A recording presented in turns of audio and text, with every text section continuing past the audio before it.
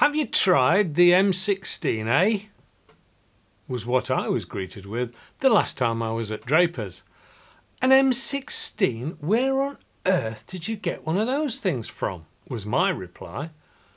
Artemis, came the answer.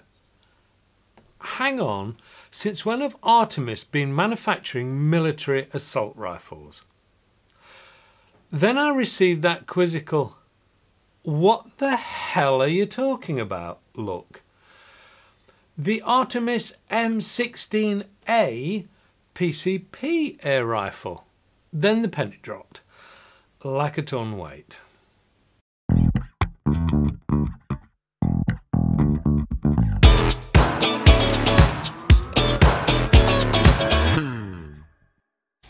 The following programme contains no firearms, no scenes of hunting, no violence and no cruelty to animals. All guns shown are compressed air in spring, CO2 or pre-charged forms. The programme is aimed at being informative, entertaining and above all promoting safety. It is only made possible by the help from the following people who make up the production team and who give up their time and expertise free of charge. Hello and welcome to AAR On Air. Today we'll be looking further into our budget rifle reviews, and today it's the turn of the Artemis M16A, a multi-round magazine fed side lever action PCP with supplied silencer. And have I not told you that this is also fitted with a regulator, all for under £500 UK.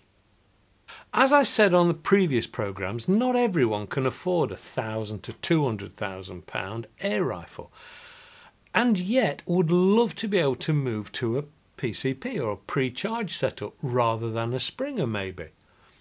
Well, at this price, not only is it affordable, but it's even fitted with a regulator. The walk round then. At this price, you can't really be expecting the super sleek curves of a walnut Manelli stock. But a rather well finished beach ambidextrous item comes as a very welcome surprise.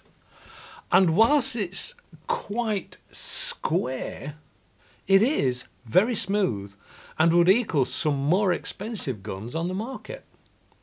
The trigger guard and trigger are both metal and the safety is built into the trigger.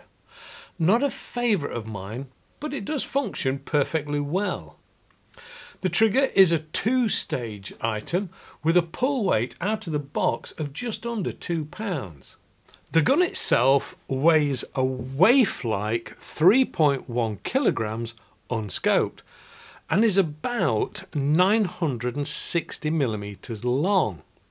It's very well balanced with that traditional stock, which allows a thumbs up or thumbs down shooting position. Sadly though, there's no recess for your thumb if you're shooting thumbs up.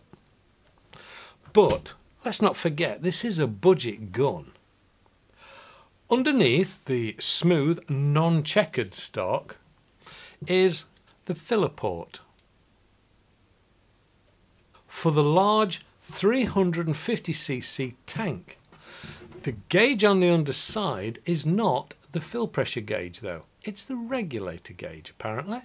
If you want to know what's in it, you'll need either a separate gauge which can be supplied or simply attach to your pump or tank. The number of shots is entirely dependent upon the calibre you choose, because this comes in 177, 22 and 25.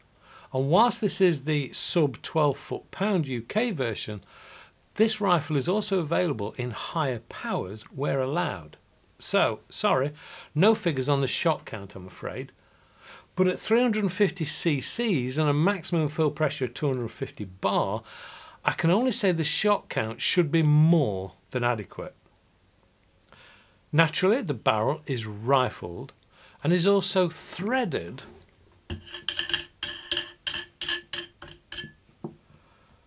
for that supplied silencer or moderator.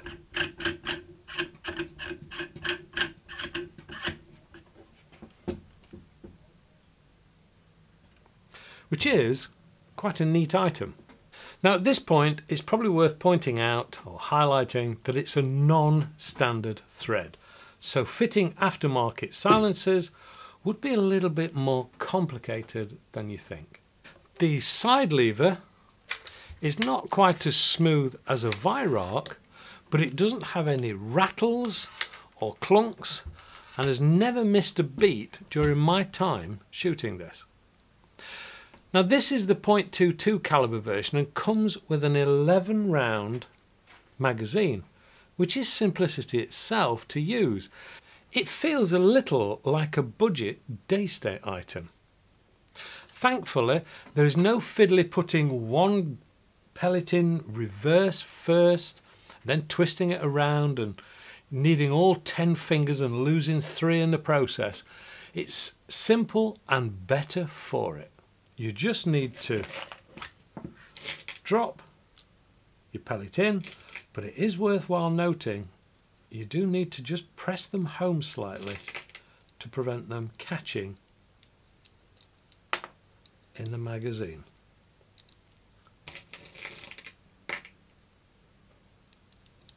Simple. Once loaded, pull back, slot the magazine in from the left side. There is the feel of a magnet on there as well, and you're good to go. Don't forget the safety is built into the trigger. Okay, power then. Just how good is that regulator and does it really work? Here are the chronograph results. The maximum feet per second out of this was 581 in this .22 caliber version. So using the normal 15.89 grain JSB pellets, that equates to 11.9 foot-pounds. So you're right up to the legal maximum for the UK market. The spread then, well, that was 27 feet per second. So whilst there is a regulator in there working away, it's probably not a Huma regulator. Target work then, is it accurate?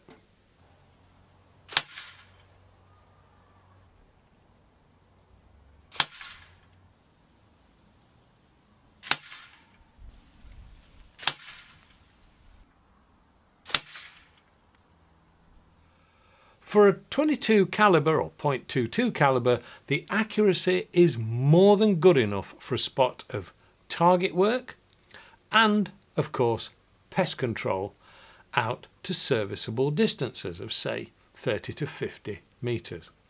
One interesting point here highlights a pet hate of mine. I do wish people would proofread things before they post or text them, because it can result in a message being completely misunderstood. In this case, I can only assume the warning message on this rifle has been sent out on all of them from the factory. Still, I'll give them a ring and ask if I can have one of their pre-ahora gauges, because it sounds quite exciting. Conclusion then. Wooden stock, side lever action, high capacity, regulated PCP with multi-shot magazine and a silencer for under £500 UK. That is accurate, durable, and in my time with it, reliable and fun. What is there not to like? Thumbs up again, SMK. Oh, and don't forget my pre-ahora when you get a minute.